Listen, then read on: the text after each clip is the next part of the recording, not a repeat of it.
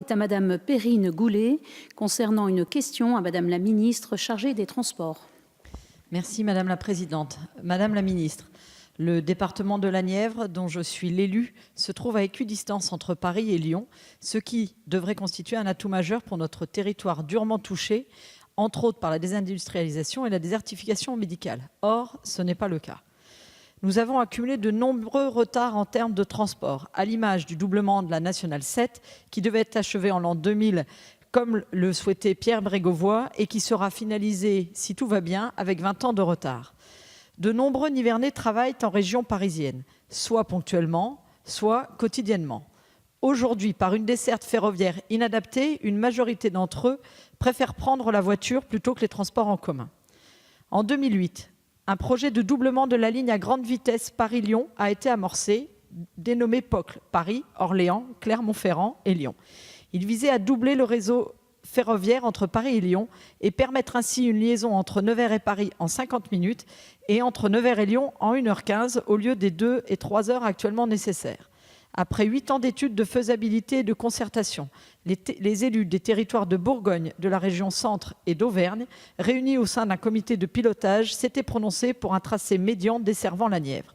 Ce tracé, le moins coûteux, avec un investissement évalué à 13 milliards d'euros, a également recueilli le soutien de Réseau ferré de France pour sa pertinence et son schéma économique. Le projet en est actuellement à l'enquête d'utilité publique. Cependant, les dernières annonces en matière de desserte de lignes à grande vitesse font planer sur ce projet une incertitude préjudiciable au développement des territoires concernés. En attendant, le territoire de la Nièvre est aujourd'hui desservi par le réseau TER et Intercités. Or, en 2015, la commission Duron préconisait la suppression de certains trains afin d'éviter les doublons en matière de moyens de transport et le transfert de certaines cadences du réseau Intercité vers le réseau TER. Ainsi, depuis plusieurs années, le dernier train quittant Paris à 21h a été supprimé et a pénalisé nombre de Nivernais se déplaçant pour leur activité professionnelle à Paris, puisque le dernier train part à 19h de la gare de Paris-Bercy. Enfin, la ligne Nevers-Paris est la seule ligne de Bourgogne-Franche-Comté à ne pas bénéficier des avantages liés aux abonnements régionaux, ce qui constitue une véritable inégalité et incite nos concitoyens soit à se déplacer en voiture, comme je l'ai déjà dit, réalité qui va à l'encontre de notre politique environnementale, soit à déménager vers les agglomérations parisiennes ou lyonnaises. En 2018, la gestion de la ligne Paris-Montargis-Nevers devrait être transférée à la région voisine du centre Val-de-Loire et donc quitter le giron de notre région administrative. Le développement de la ligne Paris-Nevers s'avère donc essentiel. La suppression envisagée de certains trajets constitue donc un véritable danger pour notre territoire et risquerait de mettre à mal tous les efforts déployés par les collectivités pour répondre aux problématiques économiques spécifiques et aux besoins des Nivernais.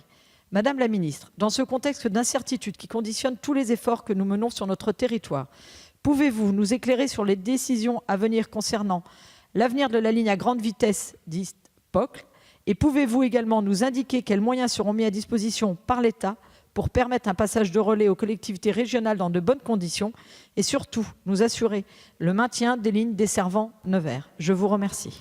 Merci Madame la députée. Madame la ministre, vous avez la parole. Merci Madame la Présidente, Mesdames et Messieurs les députés, Madame la députée Goulet. Alors, le projet de ligne nouvelle Paris-Orléans, Clermont-Ferrand-Lyon consiste à relier Paris à Lyon par une ligne nouvelle de plus de 500 km desservant les régions Auvergne-Rhône-Alpes, Bourgogne-Franche-Comté, Centre-Val-de-Loire et Île-de-France, venant en doublement de la ligne actuelle Paris-Lyon. Le projet vise à répondre à la saturation à terme de cette ligne et aux besoins d'amélioration de la desserte des territoires du centre de la France, dont la Nièvre. À ce stade des évaluations, le coût du projet complet est estimé à plus de 13 milliards. Cependant, à la suite du débat public de 2011, aucun consensus n'a émergé entre le scénario ouest et médian pour la poursuite du projet de LGV POCL. Dans ces conditions, il a été décidé début juillet 2015 de poursuivre les études sur les parties communes aux deux scénarios, au nord et au sud, ainsi que leur raccordement à Paris et à Lyon, et de reprendre la concertation sur le choix d'un scénario de phasage dans le secteur central du projet. Plus globalement, l'avancement du projet POCL doit être placé dans le contexte de la réflexion autour de la planification des grands projets d'infrastructure pour répondre aux besoins prioritaires des Français en matière de mobilité dans le cadre d'un modèle soutenable.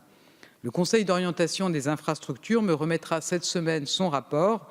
Les conclusions de la démarche feront l'objet d'une loi de programmation des infrastructures qui sera présentée et débattue au Parlement au cours du premier semestre 2018.